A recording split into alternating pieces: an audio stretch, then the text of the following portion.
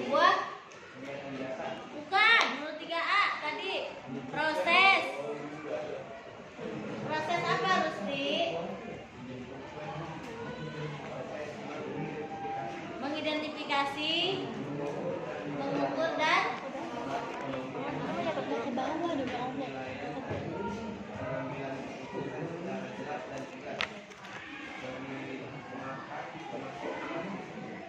bagi para pengguna informasi akuntansi. Itu definisi akuntansi menurut 3A ya. Rizky, coba diulang. Apa tadi definisi akuntansi menurut 3A?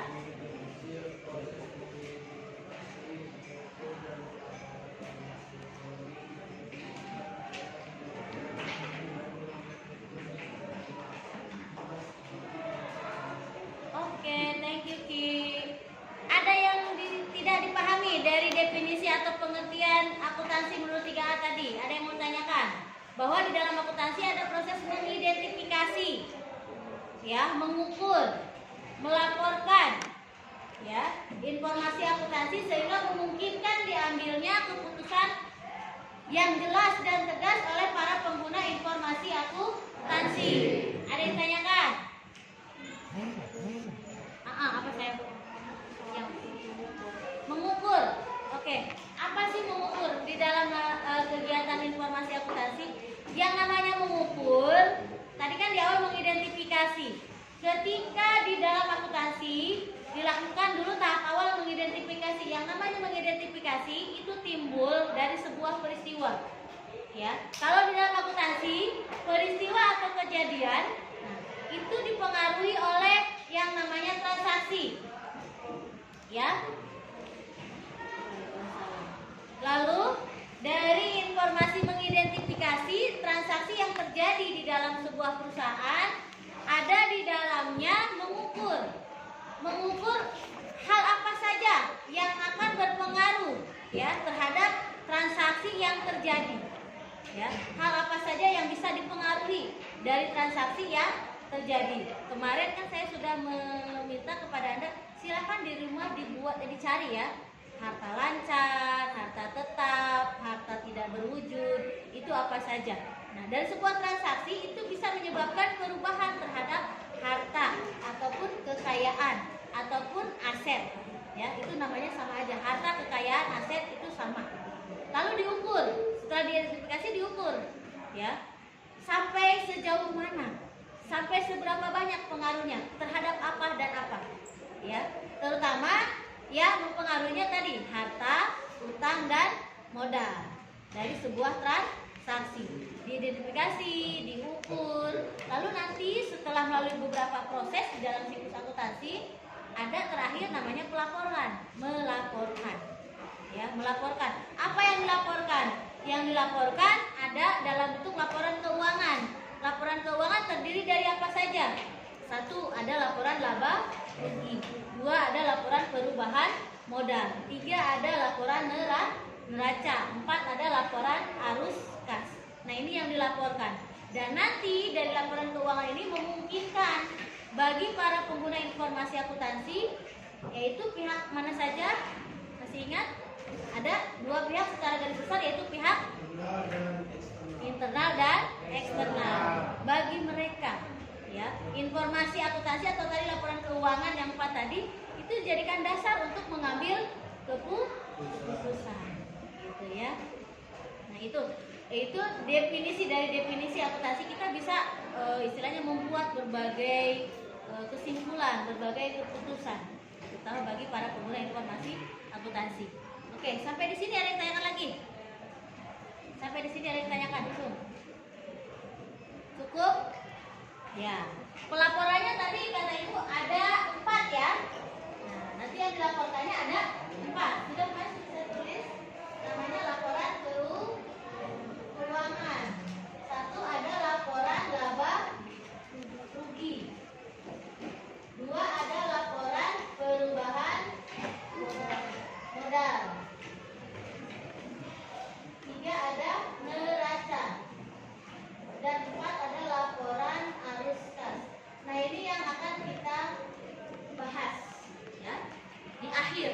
Nah, dalam siklus akuntansi itu pencatatannya di dalam sebuah perusahaan pada 1 Januari dan tutup buku per 31 Desember. 31 Desember dibuatlah yang namanya laporan keuangan yang 4 ini.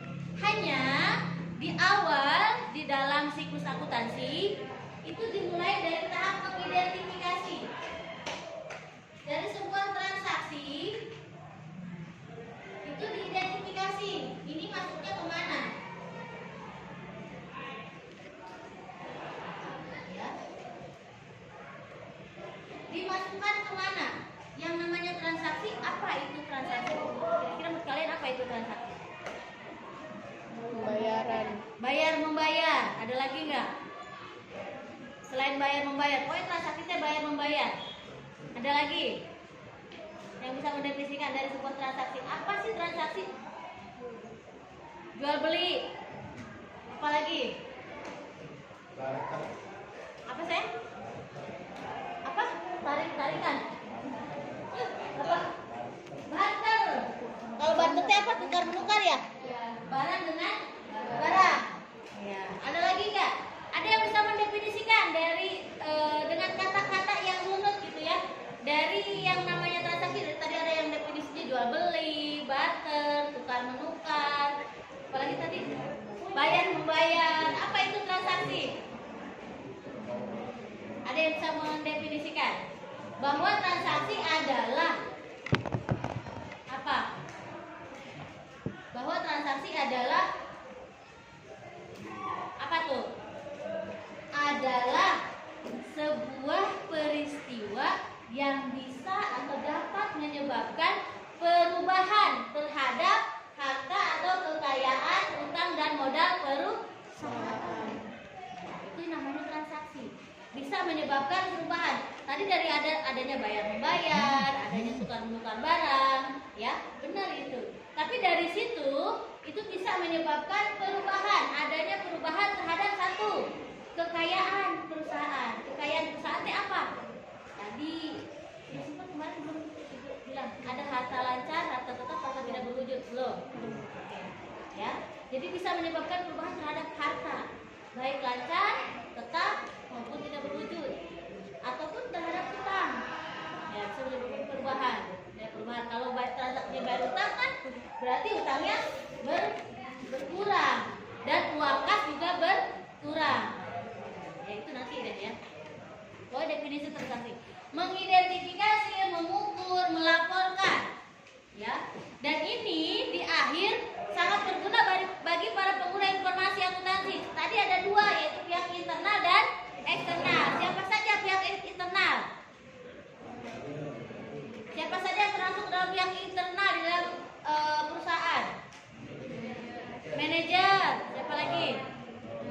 Karyawan, siapa lagi? Pemilik perusahaan, siapa lagi? Siapa? Admin. Siapa saya? Pemimpin. Nah, boleh manajer juga, pemilik juga, itu pemimpin, ya. Oke, paling tidak 3. Ada manajer, ada pemilik, ada karyawan. Ini adalah pihak internal di dalam perusahaan yang menggunakan informasi akuntansi untuk dijadikan dasar sebagai pengambilan keputusan. Misalnya, bagi para manajer, kenapa ini diperlukan? Laporan keuangan ini diperlukan untuk mengambil keputusan. Ada yang tahu nggak? Untuk apa manajer memerlukan laporan keuangan sebagai informasi akuntansi? Untuk apa? Manajer kan tahu manajer? Apa manajer? Siapa manajer? Biasanya adalah pemimpin di dalam salah satu divisi di dalam sebuah perusahaan. Itu namanya manajernya. Ada manajer kemarin kelas 11, kelas 10 membahas tentang manajemen. Kelas 10 ya, ada manajemen keuangan, ada manajemen produksi, ada manajemen pemasaran, ada manajemen sumber daya manusia. Apa itu manajemen? Dari kata manage. What is the meaning manage in English? Bahasa Inggrisnya manage. Bahasa Indonesianya apa? Apa saya?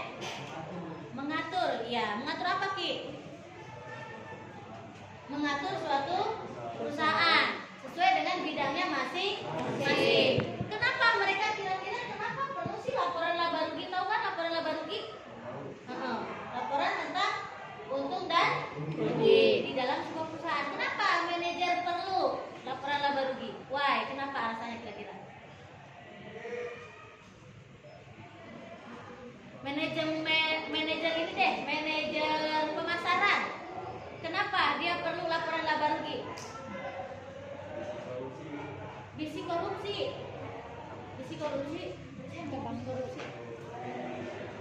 Meminimalisir kerugian. Oke, apalagi? Sehingga kalau sudah tahu misalnya rugi, diminimalisir ruginya gitu ya.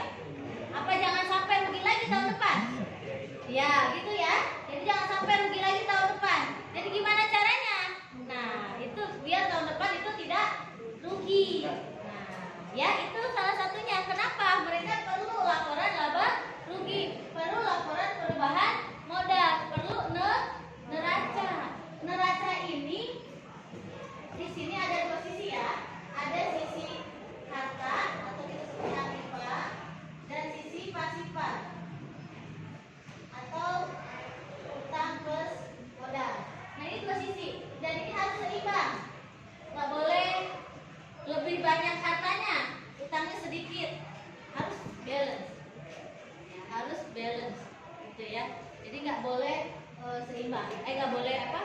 Timpang. Harus sama jumlahnya, gitu ya. Nah itu tadi salah satunya adalah untuk mengambil keputusan. Oh tahun ini perusahaan kita rugi, maka mereka tinggal mencari strategi bagaimana mengurangi atau meminimalisir kerugian. Oke, thank you. Ya, gitu ya. Itu bagi manajer. Mau manajer apapun, manajer produksi kek, manajer pemasaran kek, manajer HRD atau sumber daya manusia atau kita nyebutnya personalia. Pernah dengar nggak manajer personalia? Kalau ngelamar katanya datangnya ke manajer personalia, cari personalia, staf personalia, karena dia ngurusin apa? Dari kata bahasa Inggris person, orang per orang, ngurusin orang, gitu, ngurusin ya, gitu. Makanya manajer personalia, gitu ya. Nah ini perlu, oke. Lalu yang kedua pihak eksternal. Siapa saja yang termasuk dalam pihak eksternal? Calon investor, kreditor, pemerintah, masyarakat, karyawan, itu lagi ya karyawan. Pemilik perusahaan tadi udah internal. Di eksternal juga ada.